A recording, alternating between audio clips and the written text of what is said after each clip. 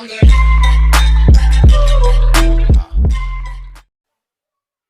berkat tangan pun sia kuma ban play ka film la ba play ba thọ bệnh network problem kan kita sia pun kam na singkat ciu tadi ang pi long wait tama ka này pun ai sia kuma na play ngap no kam na singkat estel no sampai na ka Facebook group kami ju hai network error show e back fa game sa play na ka Play Store Play Store ta dalam Play Store sa show web by VPN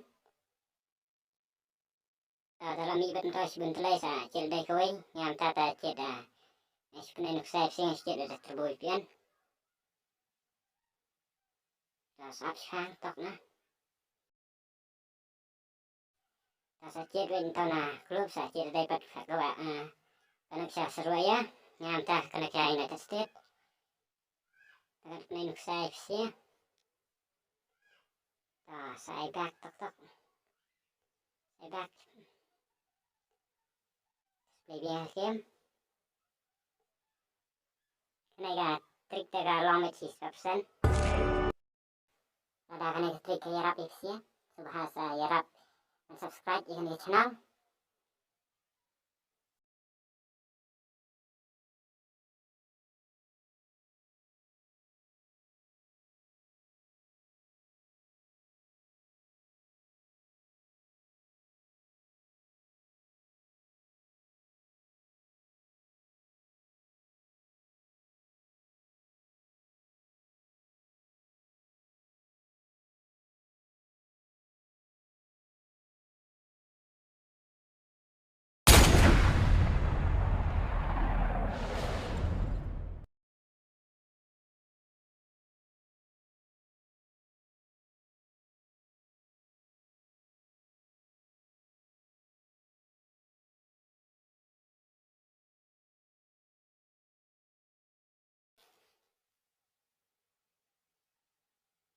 Tahu kan lá play, tambah lá supi pada berconnect na gawer server. Chegou a hora. Solta o som.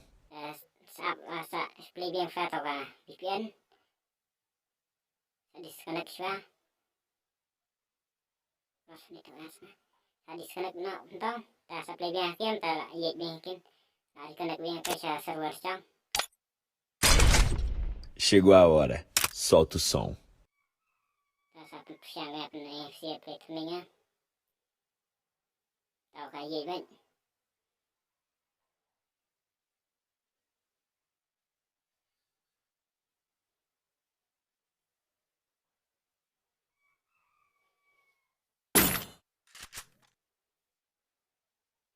Yết long hết khơi buồn rồi đó